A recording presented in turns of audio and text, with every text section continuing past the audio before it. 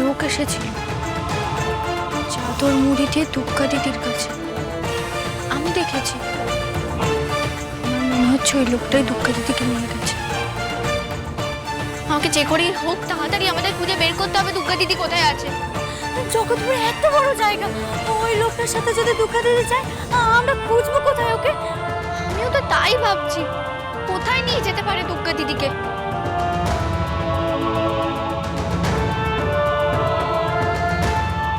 আজ ও মে মাখবে কালি, নাইবে কালি, পোড়া কালি খাবে।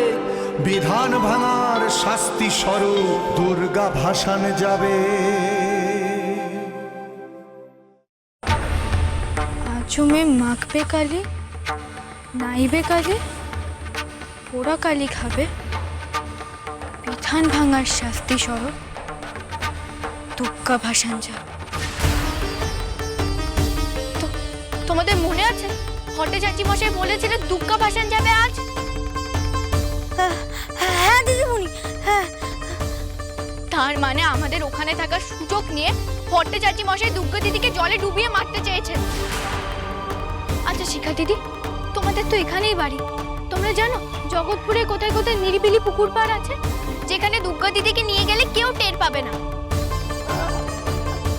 হ্যাঁ, ওই তো ঘোষালের বাড়ির পাশে একটা বড় পুকুর আছে দিদিমণি। চলো সেখানেই আমাদের তাড়াতাড়ি যেতে হবে, শিগগিরই চলো। হ্যাঁ চলো।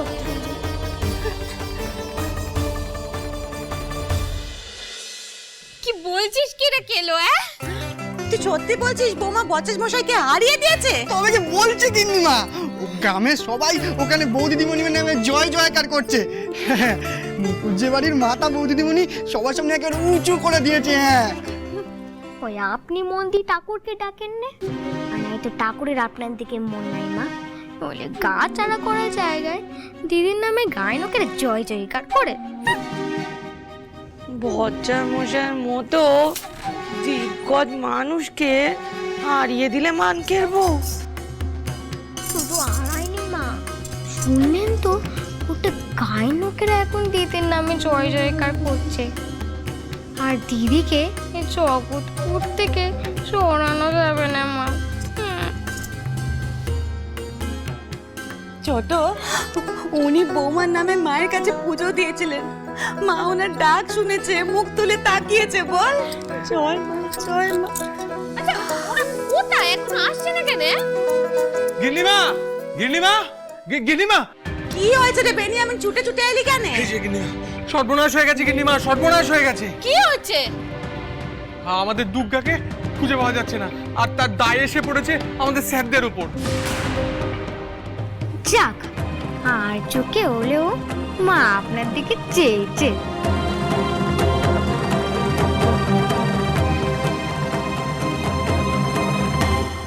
শারুন আমাদের, শারুন ছেড়ে দেবে?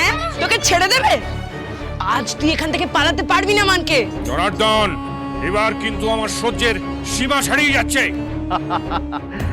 হাসালে ঠিকই বলেছেন, আমরা তো সবে সহ্যের সীমা ছাড়িয়ে যাচ্ছি। আপনারা অনেক আগে সহ্যের সীমা ছাড়িয়ে গেছেন। আরে হাঁ করে আপনারা কি দেখছেন? এখানে যারা রয়েছে সবাইকে বলছি, আপনারা একবার ভাবুন, এই যে ঘোষালকে মারধর করে ওর বৌমার মাথা চিবিয়ে বাড়িতে রেখে দিয়েছে কারা? এই ফণীভূষণ মুখার্জিরা। আজ যদি এই ঘোষালের বৌমাকে না খুঁজে পাওয়া যায়, তার দায় কে নেবে?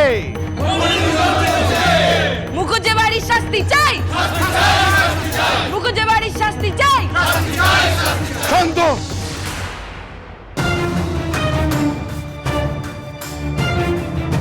শান্ত হও তোমরা। এই বচ্চার যতদিন বেঁচে আছে ততদিন জগৎপুরে মানুষেরা ন্যায় বিচারই পাবে। এক প্রহরের মধ্যে যদি মুখার্জি বাড়ির বৌমা মহেশের বউকে মহেশের হাতে তুলে না দেয়, তাহলে পরের ঘরের লক্ষ্মীকে লোপাট করার অপরাধে মুখার্জি বাড়ির সকল পুরুষদের আমি নিজেও হাতে গায়ের লোকের সামনে আগুন জ্বালাবো।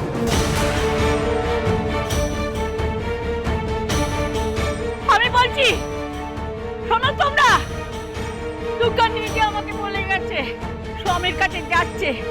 দুর্গা কোথায় তা জানি নে। এমন জুলুম করো না তোমরা। এখন এসব নাকে কান্না কেঁদে কোনো লাভ হবে না মাসিমা। হয় দুর্গাকে ফিরিয়ে এনে দিন, আর নয়তো নিজের ঘরে গিয়ে পর্দা দিয়ে কাঁদুন। আমার বিধান আজ কোনো নড়চড় হবে না।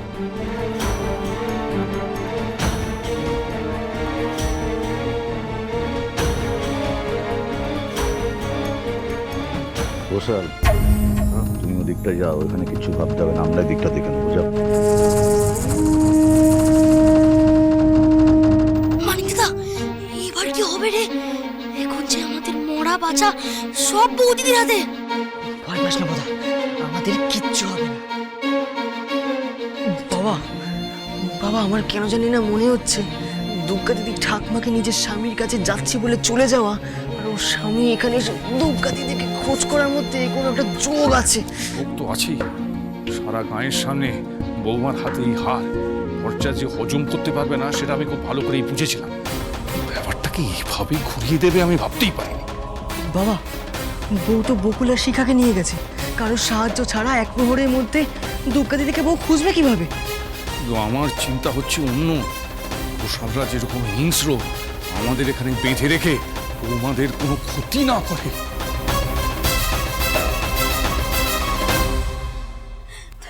দুর্গা দিদি, দুর্গা দিদি, দুর্গা দিদি, দুর্গা দিদি, দুর্গা দিদি, সারা দাও, দুর্গা দিদি, দুর্গা দিদি, দুর্গা দিদি, দুর্গা দিদি, কোথায় তুমি? দুর্গা দিদি, দুর্গা দিদি, দুর্গা দিদি, দুর্গা দিদি, কোথায় তুমি? কোথায় তুমি? দুর্গা দিদি, দুর্গা দিদি, সারা দাও, দুর্গা দিদি, দুর্গা দিদি, সারা দাও, দুর্গা দিদি, দুর্গা দিদি, দুর্গা দিদি, দুর্গা দিদি, দুর্গা দিদি, সারা দাও, দুর্গা দিদি, দুর্গা দিদি, কোথায় তুমি? দুর্গা দিদি, দুর্গা দিদি, দুর্গা দিদি, দুর্গা দিদি, সারা দাও, দুর্গা দিদি, দুর্গা দিদি, দুর্গা দিদি, দুর্গা দিদি, ওই তো ঘোষালদের পুকুর।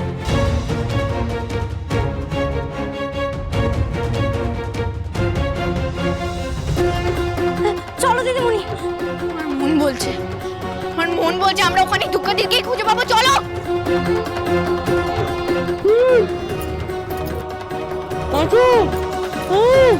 চাচা চাচা, যত ইচ্ছা চাচা, ওকে আজ আর কেউ বাঁচাতে পারবে না। সেই জন্যই তো ওকে আজকে এখানে রেখেছি, এই পুকুর ধারের জঙ্গলে। ও যতই চাচাক, কারোর কানে যাবে না। এখানে মারবো, আর পুকুরের জলে ভাসিয়ে দেবো। যত ইচ্ছে কান্নাকাটি কর, আজ তুই মরবি। তোদের মতন অপয়াকে যারা চাই দিয়েছে আজ তারাও মরবে।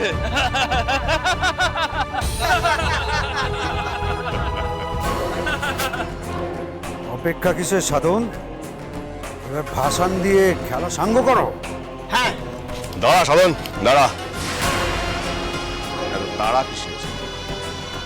এই মেয়ের জন্য আমি কম অপমানিত হইনি, কম মারও খাইনি। মেয়ে আমার হাতের নাগাল থেকে বেরিয়ে গিয়েছিল। আমার ছেলেকে টোপ দিয়ে সে আবার হাতের মুঠোয় এনেছি। আগে আগে আমার মনের 7টা জন্মের মতো মিটিয়ে নি, তারপরেই তোকে মারবো রে।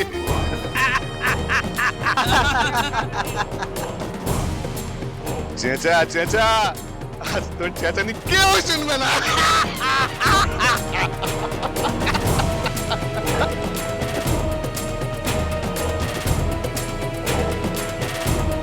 দুর্গা দিদি, দুর্গা দিদি, দুর্গা দিদি, দুর্গা দিদি, দুর্গা দিদি। এই তো মুখ খুঁজছে বৌমার গলা। এদিকেই তো আসছে মনে হচ্ছে। এই যা করা তাড়াতাড়ি করতে হবে, কর। বাবু, আপনার আবার কি হলো? আর কথা মতো আমি দুর্গাকে এনে দিয়েছি। এবার আমার জন্য আপনাকে একটা কাজ করতে হবে। কাজ? আজ একা দুর্গাকে নয়, কমলা মুখুজ্জকেও সারা জীবনের মতো শেষ করে দিতে হবে। আজ যখন নিজেই জালে ধরা পড়েছে, তাকে আঁশবটিতে কাটার দায়িত্ব আপনার। শ্রীমান পৃথ্বীরাজ।